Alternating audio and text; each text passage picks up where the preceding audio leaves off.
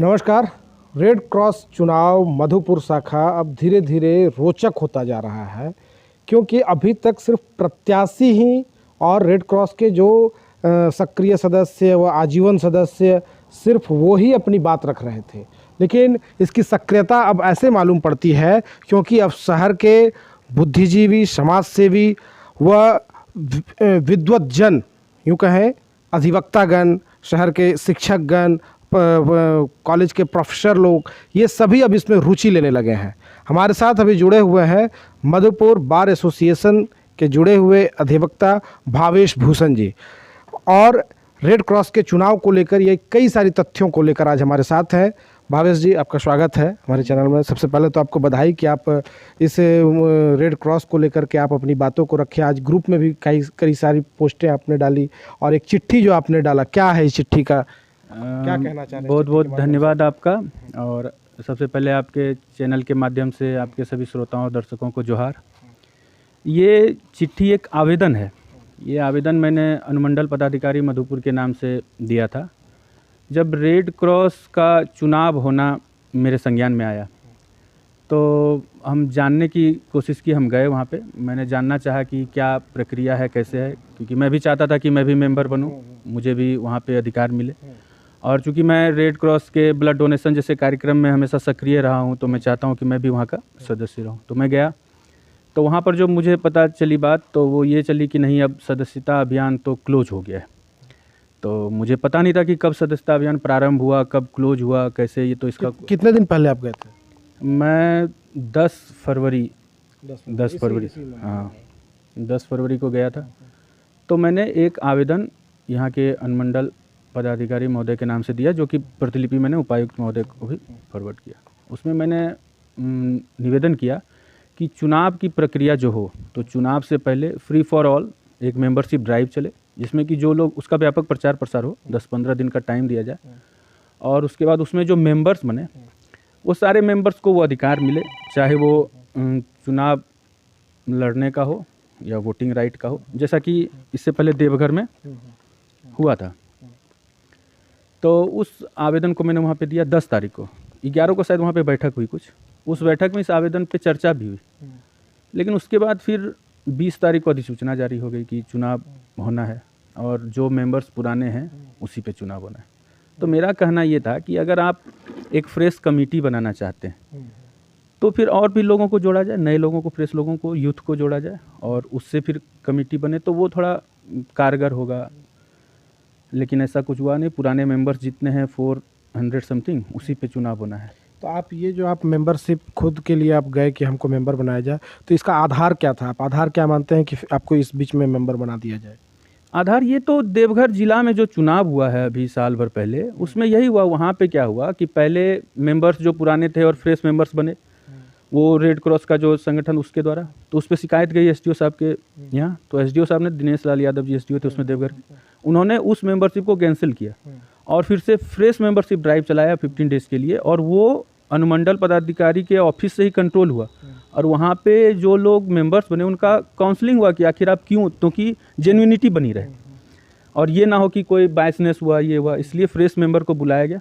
तो मैंने उसी आधार पे कहा कि अगर देवघर में ऐसा हो सकता है, जो कि हमारा जिला मुख्यालय है, तो यहाँ पे क्यों नहीं, यहाँ पे भी उस आधार पे होना चाहिए कि फ्रेश मेंबर्स बने और उनको भी वोटिंग राइट मिले और वो भी चुनाव लड़ सकते हैं। तो इस आधार पे मैं गया था। अगर हम बात करें भारतीय प्रजातांत्रिक जो चुनाव प्रणाली है, उस आधार पर विधानसभा, लोकसभा, इस सब की चुनाव जब होती है तो उससे पहले भी एक तरह से मतदाता पुनरीक्षण कार्यक्रम चलाए जाते हैं, और आप तो इस क्षेत्र से जुड़े हुए भी अधिवक्ता हैं, तो आप बिल्कुल जानते होंगे। तो उस प्रक्रिया को क्या अपनाना चाहिए था? बिल्कुल अपनाना चाहिए। आप ऐसे भी देखिए, किसी भी स्तर का चुनाव हो, चाहे पंचायत स्तर का हो, चाहे लोकसभा का हो, उससे पहले आप देखेंगे क्या कि एक मतदाता पुनरीक्षण कार्यक्रम चलता है। हर बूथ पे बीएलओ होते हैं और प्रशासन के द्वारा व्यापक प्रचार प्रसार किया जाता है कि नए मतदाता आके जुड़ें। तो रेड क्रॉस को भी चाहिए था कि जब चुनाव होना है तो इसको व्यापक प्रचार प्रसार, जैसे कि आप लोग का चैनल है या लोकल न्यूज़पेपर, इसमें देखिए कि जागरूकता अभियान चलना चाहिए कि जितने लोग जुड़ना चाहते हैं आके जुड़िए, और ये संगठन है, संस्था है, इसके लिए हम लोग काम करेंगे और नई कमेटी बनाएंगे। ऐसा तो कुछ हुआ नहीं। काफ़ी लोग, ऐसे बहुत से लोग होंगे मधुपुर में जो जान नहीं रहे हैं कि क्या चुनाव होना है, कब होना है। अब एक ही कमरे में बैठ के, अच्छा एक बात और है कि पुरानी कमेटी जो थी, कब एजीएम हुआ, कब भंग हुआ, कब चुनाव की घोषणा, ये तो कुछ हुआ नहीं है। ये लोग बोले क्या कि बायलॉज में कहा है, रेड क्रॉस के बायलॉज में, कि अगर मेंबर्स आप साल भर पुराने हैं तभी आपको वोटिंग राइट मिलेगा। तो ये तब होना चाहिए जब बायलॉज के हिसाब से हर कार्यकाल पूरा होने के बाद फिर चुनाव होता है। हर यहाँ तो 3 साल के बाद 3 साल का कार्यकाल, अगर उस हिसाब से हो रहा होता तो बायलॉज के हिसाब से चलते, ठीक है, क्योंकि लोगों में जागरूकता रहती। लेकिन यहाँ चुनाव ही तो 14-15 साल के बाद हो रहा है। तो फिर इसमें अगर बायलॉज मानना है तो फिर उसमें भी मानिए कि 3 साल के बाद काहे नहीं करवाए चुनाव। ये तो स्पेशल केस हो गया। 2018 में एजीएम हुआ, उसके बाद फिर होना चाहिए था 2021 में, नहीं होकर के 23 में हो रहा है चुनाव। तो इससे पहले आप समिति को भंग करना चाहिए था। पूरा सारी फुल बॉडी मीटिंग होती, सारे लोगों को बुलाते, सारे मेंबर्स आते, वो लोग डिसाइड करते हैं कि कैसे क्या होना है। लेकिन ये तो ऐसे ही हो रहा है। तो आपका ये भी मानना है कि अभी समिति बिना भंग किए जो पुराने लोग थे वो अभी भी उसमें बैठे हुए हैं, काम कर रहे हैं? आप कमेटी का जो चुनाव होना है, इसका मतलब ये ना है कि हम नई कमेटी बनाएंगे, फिर उन्हीं मेंबर से वही कमेटी बनानी है, तो फिर चुनाव क्यों करवाना है। देखिए, रेड क्रॉस एक बहुत अच्छी संस्था है जिसके द्वारा, जिसके मार्फत हम लोग बहुत से गरीब लोगों का या ऐसे लोगों का मदद कर सकते हैं। अब अगर इसको कारगर संस्था बना के करना है तो आपको यही करना होगा कि फ्रेश मेंबर ड्राइव चलाइए और फिर से नई कार्य समिति बनाइए। और अगर आपको क्लब के हिसाब से चलाना है कि 2 घंटा सुबह 2 घंटा शाम जाके टाइम पास करना है, कोई दूसरा काम नहीं है, तो इसी बहाने तो फिर जो चल रहा है वो चल रहा है।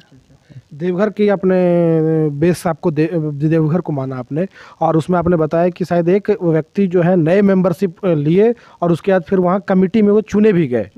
हाँ, नाम बताया आपने, मयंक कुमार।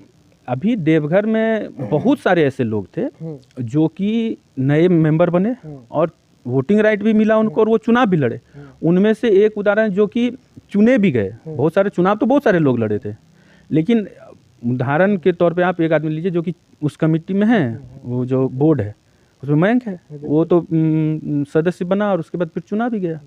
तो उस हिसाब से यहाँ भी होना चाहिए था। अब जैसे कि जो अभी कार्यकारी सचिव हैं या जो भी चेयरमैन हैं, उपाध्यक्ष हैं, तो वो पूरी कमेटी जो है वो भंग भी नहीं हुई है और चुनाव डिक्लेरेशन हो चुका है, तो और नया मेंबरशिप भी नहीं हो रहा है। तो ऐसे में आप क्या मानते हैं, क्या कहीं कुछ आप कोई भी चुनाव हो, कोई भी चुनाव आप क्या चाहेंगे उसमें कि निष्पक्ष हो, मतलब कि पारदर्शी तरीके से हो, कोई सवाल नहीं उठा। अब हमको ये बताए कि वही मेंबर, पुराने मेंबर, वही कमेटी चुनी हुई, वही सब कुछ डिसाइड कर रहे हैं, तो एक कॉमन मैन जो होगा वो यही कहेगा कि नहीं, ये तो पार्शल नहीं है। तो अगर आप निष्पक्ष तरीके से चुनाव करवाना चाहते हैं, मैंने माननीय उपायुक्त महोदय और अनुमंडल पदाधिकारी महोदय से मेरा फिर से एक बार आग्रह होगा कि अगर यह चुनाव निष्पक्ष तरीके से होना है तो उसका यही तरीका है कि आप फ्रेश मेंबर ड्राइव चलाइए और लोगों को, सबों को वोटिंग राइट मिले जो लोग मेंबर बनते हैं, और उनमें से फिर जो 23 चुना या जितने चुना और वो लोग अपना चुनेंगे।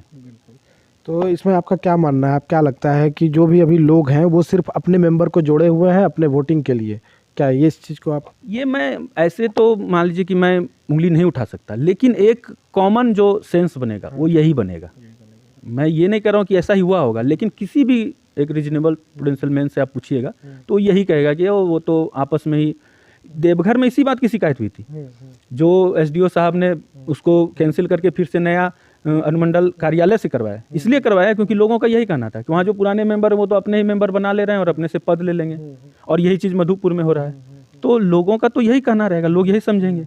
तो मेरा कहना है कि ऐसा लोग ना समझें, इस वजह से फ्रेश मेंबरशिप ड्राइव चले और अनुमंडल कार्यालय से नियंत्रित हो, वहीं से आए, निष्पक्ष तरीके से हो चुनाव। बहुत बहुत धन्यवाद, काफ़ी सारी बातों पर आपने जानकारी दी।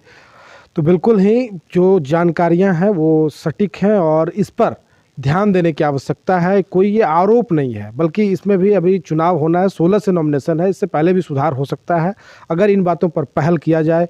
बहुत टू द पॉइंट इन्होंने कहा कि एजीएम होना चाहिए, एनुअल जनरल मीटिंग होना चाहिए, और उसके बाद जो कमेटी, पुरानी कमेटी थी, उसकी सदस्यता भंग होनी चाहिए, और वो भी जो भी प्रक्रिया है, चुनावी प्रक्रिया, उससे खुद को अलग रखते हुए काम करें, अपना मेंबरशिप ड्राइव चलाएं, अपने चुनाव प्रचार को लेकर के मेंबर्स को आप अपना प्रचार प्रसार करें, और ये पूरी चुनावी प्रक्रिया जो चुनाव संस्थान चाहे अनुमंडल पदाधिकारी कराएं या फिर जो भी हो, वो उसके उनके देखरेख में ये सारी चीज़ होनी चाहिए। और इनका एक ही मांग है कि free to all membership drive हो, जिसमें सभी लोग, वैसे लोग जिनके मन में सेवा भावना है। इन्होंने एक बात कहा कि ये खुद वहाँ ब्लड डोनेट किए हैं कई बार जा कर के, और मन में तकलीफ़ इस बात की कि मैं ब्लड डोनेट करते हुए भी वहाँ का सदस्य नहीं हो सका। ऐसे ही 1-2 सदस्य और भी मुझे मिले जो पहले सदस्य बन चुके हैं, सदस्यता शुल्क दे चुके हैं, कई बार उन्होंने भी रक्तदान किया है, लेकिन आज वोटर लिस्ट में उनका नाम नहीं है। ऐसे में एक नाम मुझे याद है, प्रमोद विद्यार्थी जी, उनकी भी ये शिकायत आई थी। तो कोई आरोप नहीं बल्कि सुधार की आवश्यकता। सहयोगी के साथ रामचंद्र झा, न्यूज़ लाइन, मधुपुर। अभी आगाज है तेरा, बहुत कुछ सीखना है, कमर कसनी अभी बाकी है, मुट्ठी भींचना है। अभी आगाज है तेरा, बहुत कुछ सीखना है, कमर कसनी अभी बाकी है, मुट्ठी भींचना है। भले हालात हो कैसे भी बस ये सोच ले तू, यही है जिद, यही है राह।